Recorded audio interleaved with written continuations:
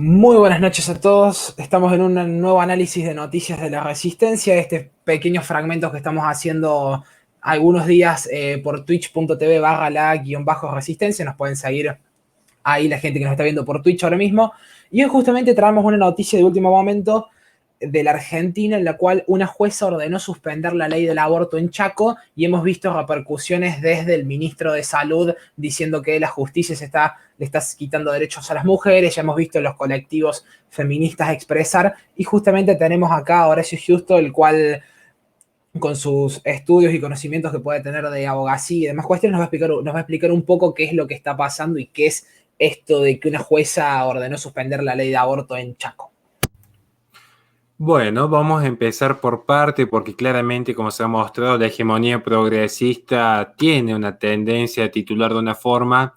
Suelen darle voz a gente que es ajena al mundo jurídico y rara vez exponen acabadamente lo que implicó el fallo. Así que vamos a hacer esto de la forma más dinámica posible para que los que nos estén escuchando tanto ahora en vivo como luego por YouTube entiendan de qué se trata. Vamos por parte. Lo que ha sucedido es que en el Juzgado Civil y Comercial número 19, para que la gente lo pueda buscar luego, a cargo de la doctora Marta Aucar de Trotti, se presentó lo que se conoce de la siguiente forma: una medida de no innovación. Vamos a entenderlo más precisamente, que esto es en realidad una medida cautelar. ¿Qué es una medida cautelar? Cuando hay un derecho en pugna, entiéndase, gente que cree que una ley habilita a realizar un aborto inducido y gente que cree que en realidad el derecho imperante está a favor de la vida del niño por nacer, hay un conflicto de intereses. Y esto se resuelve judicialmente, es decir, es como una suerte de árbitro que podría existir en términos muy genéricos, que va a definir, bueno, finalmente a quién abastece el derecho, si el sector A o el sector B. ¿Cuál es la cuestión? Que a veces sucede que hay un determinado derecho que por la envergadura, si finalmente se da que un sector llegara a tener razón, pero que la implementación de una ley siga adelante, se genera una vulneración tan grande en las prerrogativas que ya luego repararlo sería tarde. Vamos a dar un ejemplo muy sencillo, muy sencillo. Supongamos que hubiese de repente la discusión de una ley que permite la cacería a una especie en peligro de extinción. ¿Bien? Entonces, ¿se permite la cacería? ¿Qué diría algún sector proteccionista? Si finalmente el juicio, que suelen tardar 5 o 6 años, nos llega a dar la razón a nosotros que somos proteccionistas, para cuando llegue esa instancia, la especie ya se extinguió. Por lo tanto, se habilita una medida cautelar, es una medida preventiva. ¿Y cómo se fundamenta? Porque acá está el tema de fondo. ¿Por cómo se fundamenta? Primero, porque claramente que hay una lucha entre el sistema jurídico. En este caso, vamos a empezar a explicarlo. Vamos a empezar por partes. Primero, ¿cuál es el conflicto? El conflicto está en la ley que ha habilitado el genocidio prenatal, en lo que la parte actora, es decir, aquellos que tienen la legitimación para presentarse ante la justicia, han entendido en consonancia a lo que es la Constitución Provincial de Chaco, a lo que es el derecho a la vida y la libertad desde la concepción. Es decir, el artículo 15, inciso primero de la Constitución de Chaco ya se expresa en que hay derechos a la vida y a la libertad desde la concepción.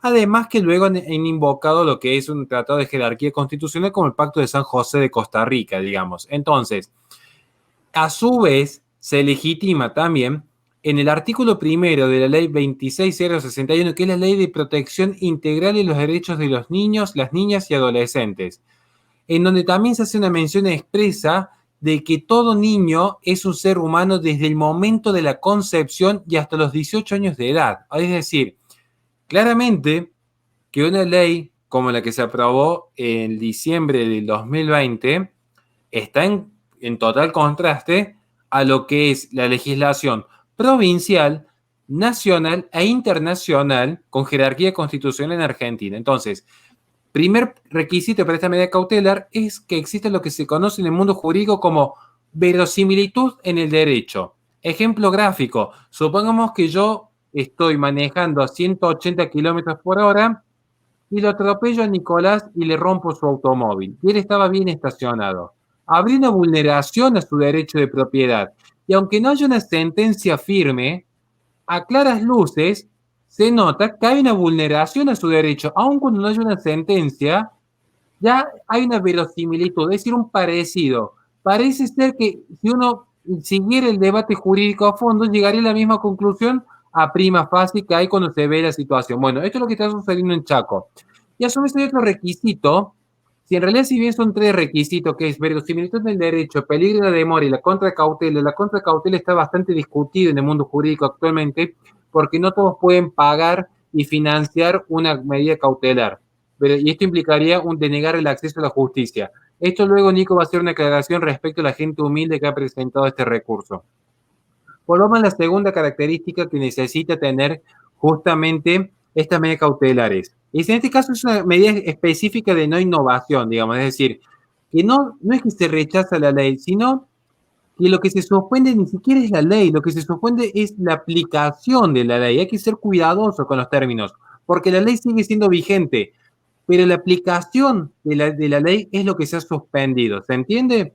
No es lo mismo que se suspende la matrícula de abogado a que se suspende el ejercicio de la abogacía durante un determinado tiempo. Aclarado eso, ¿cuál es la segunda característica? Bueno, además de la verosimilitud en el derecho, es el peligro en la demora, y esto es importantísimo. ¿Por qué?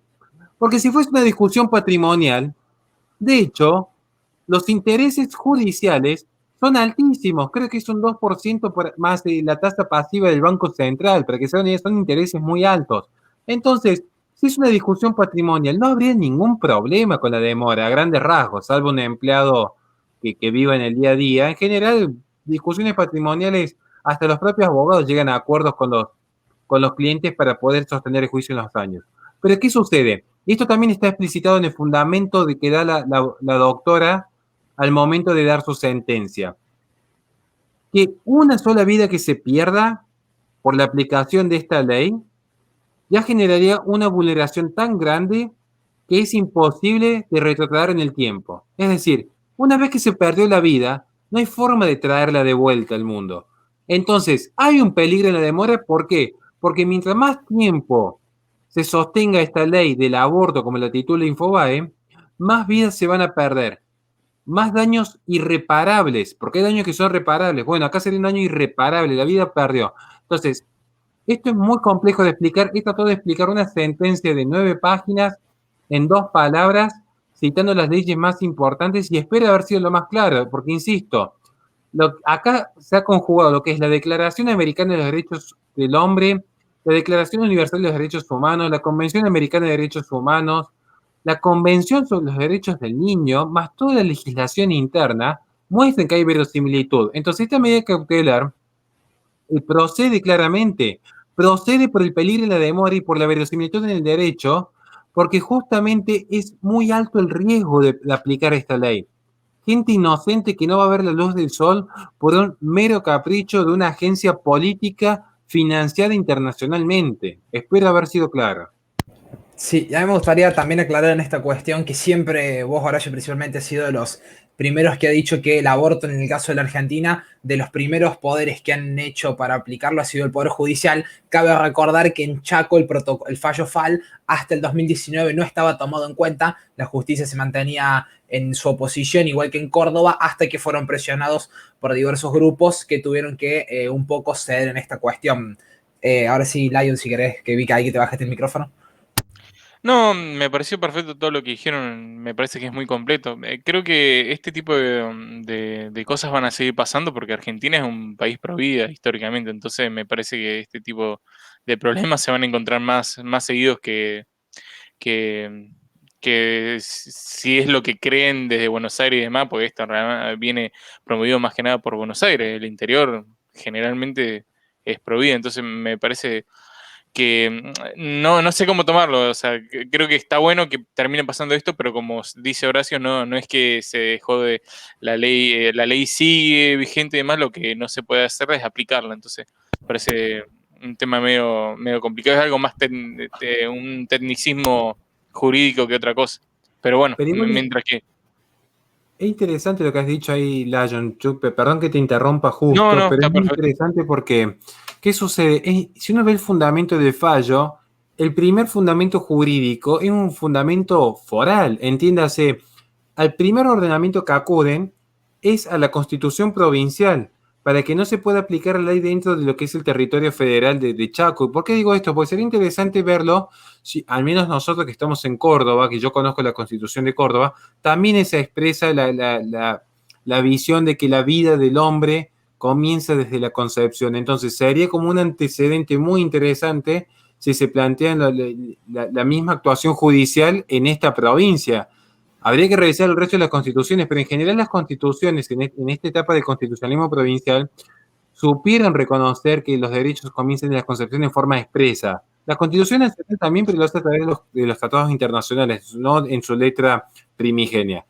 Digo esto porque justo vino consecuencia de los descubrimientos científicos que demostraron cuándo empezaba la vida del hombre, que es una rama moderna de la genética, y creo que puede ser un antecedente interesante. Sí me preocupa que luego, insisto, porque está mi escepticismo, yo lo marco con mucho respeto y valorando las grandes actuaciones judiciales que están realizando los abogados pro vida, porque cuando esto llegue a la Corte, los grandes problemas que tenemos en Argentina empezaron desde la Corte, particularmente con el fallo FAL, en Estados Unidos con el fallo Roe vs. Wade. Entonces, quien tiene la última palabra, la norma de clausura, es quien introdujo este problema a Argentina.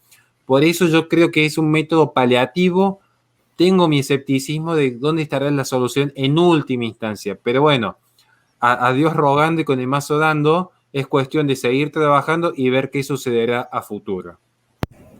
Y ya para cerrar, que estamos con los tiempos un poco jugados, ya llevamos casi 12 minutos, me gustaría dar un comentario que me puse a pensar y justamente estuve también hablando con otras referentes pro vida y demás, y es que justo en Chaco, una de las provincias más pobres del país, donde supuestamente más abortos iban a realizar porque las pobres querían aborto y qué sé yo, y terminó siendo la primera provincia en este caso en pasar todo lo que pasó, justamente comentaba Horacio, de la justicia, en el cual demostrando una vez más que la gente más humilde, la gente del norte argentino, la gente que tiene las tradiciones y los valores bien argentinos, son los primeros en estar en contra del aborto, y por eso mismo Chaco y todo el norte mayoritariamente eran las provincias que mayor porcentaje de gente pro vida tenía.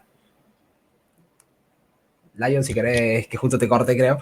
No, está bien, ya está perfecto. Podemos cerrar acá realmente. Listo. Es muy completo lo que han dicho. Nos pueden seguir en todas nuestras redes sociales que están en la descripción en YouTube, y ahí tienen también todos los métodos para apoyarnos, y también se pueden comunicar con nosotros por privado a @radio.nico, Horacio Houston, Lion FC y Neraderos, que hoy está ausente pero también es el conductor de La Resistencia. Muchísimas gracias por todo